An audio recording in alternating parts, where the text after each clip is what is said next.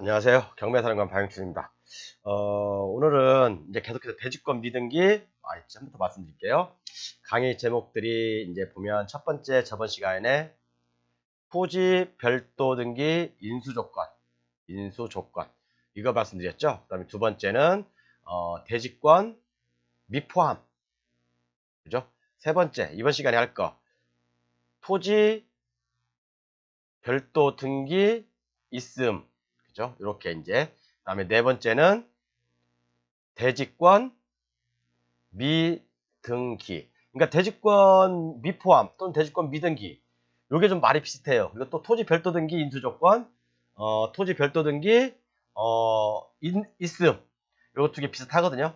그런데 좀 이렇게 가만히 이건 좀 구분을 할 줄 아셔야 돼요. 여러분들께서 좀 공부를 하시면서 구분할 줄 아셔야 되거든요. 예를 들어서 이제 토지 별도 등기 인수조건은 제가 말씀드렸죠. 인수한다는 거예요. 그죠?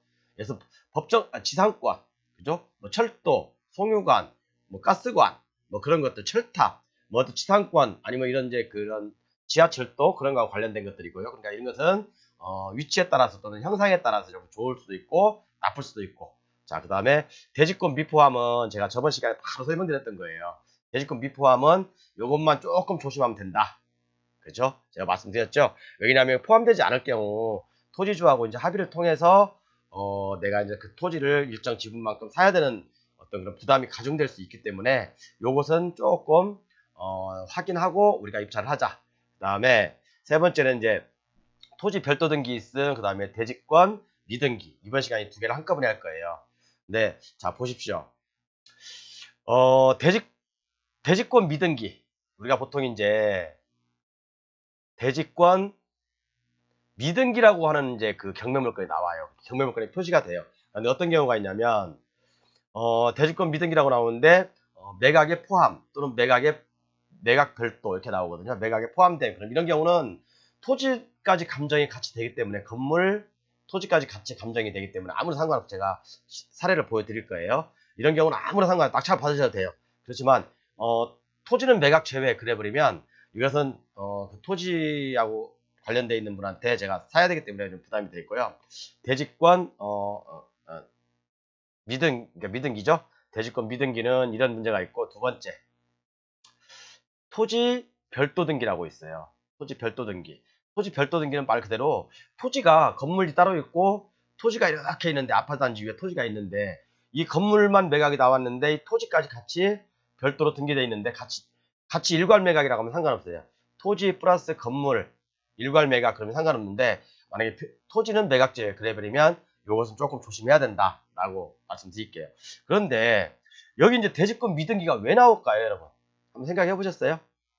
대지권 미등기. 대지권 미등기. 왜 대지권이 등기가 안 됐지? 보통 집합 건물에는, 그죠? 집합 건물에는 건물하고 토지하고 같이 한꺼번에 나오잖아요. 그죠? 제 교재를 한번 이제 볼게요. 제 교재를 보시면 이제 24페이지? 네, 24페이지 정도 나와 있네요. 그 다음에 이제 24페이지 나와 있는데, 대지권 미등기라는 말이 나와 있어요. 이것은 반드시 이제 어떻게 보면 집합 건물, 그러니까 아파트라든가 집합 건물, 아파트뿐만 아니라 이제 집합 건물에만 있는 거예요. 이런 경우가 왜 나오냐면, 자, 예를 들어서 땅이 이제 현대건설 거였어요. 현대건설에서 이제 땅을 소유하고 있다가 여기다가 이렇게 아파트를 쳤어요. 아파트를 갖다 뭐 한 좋게 이제 뭐 15층짜리 쳤다고 해요. 그런데 아파트를 갖다 이제 분양할 거 아닙니까? 분양을 하는데 미분양이 나버렸어요. 미분양이.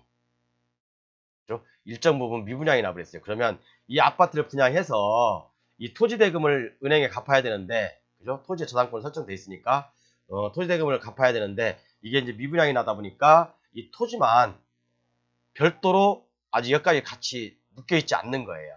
그죠? 묶여있지 않다 보니까, 이런 것도 이제 경매로 나오면 대부분 토지 별도 등기라고 나와요. 또는, 토지 미등기라고, 대지권 미등기라고 나와요. 그런데, 이렇게 이제 집합건물이, 물론 이제 토지 별도 등기는요, 토지 별도 등기는 좀 확인을 해보셔야 돼요. 나중에 이제 제가 추후에 시간 되면 알게 되겠지만, 경매 물건지에 만약에 뭐, 토지는 매각지라고 나오면, 이것은 다른 방법을 통해서 확인해 봐야 되지만, 뭐, 같이 포함, 일괄 매각이라고 하면 전혀 관계없이 들어가셔도 됩니다. 자, 그러면, 이런 경우에 이제 한 두 가지 상황을 볼게요. 여러분들 뭐 이렇게 아무리 뭐 제가 설명해도 모르실 거잖아요. 그럼 우리는 이제 경매 물건을 통해서 봐야지 이해가 쉽게 오잖아요. 그럼 경매 물건을 보겠습니다. 경매 물건, 자, 볼게요. 일단 이게 뭐냐면 쭉 내려볼게요. 여기 나와 있네요. 경매 물건 쭉 내려보니까 토지에 별도 등기 있으나, 그죠? 별도 등기라고 있다고 했죠. 그러니까 이게 뭐였죠? 한번 아까 말씀드렸던 토지 별도 등기잖아요. 토지, 건물하고 토지하고 같이 돼야 있어야 되는데, 그죠? 토지만, 건물이 경매가 나왔는데, 토지는 별도로 아직 이 소유자 것이 아니란 얘기죠. 이 소유자 것이 아니란 얘기예요. 그런데 문제는 뭐냐면, 이제 소유자 것이 아니다 보니까, 그런데 본권 부동산에는 해당 없음, 그랬죠. 이게 뭔 말이냐면, 토지하고 건물을 함께 판다는 얘기예요. 함께 묶어서 내가 만약에 건물을 낙찰 받잖아요.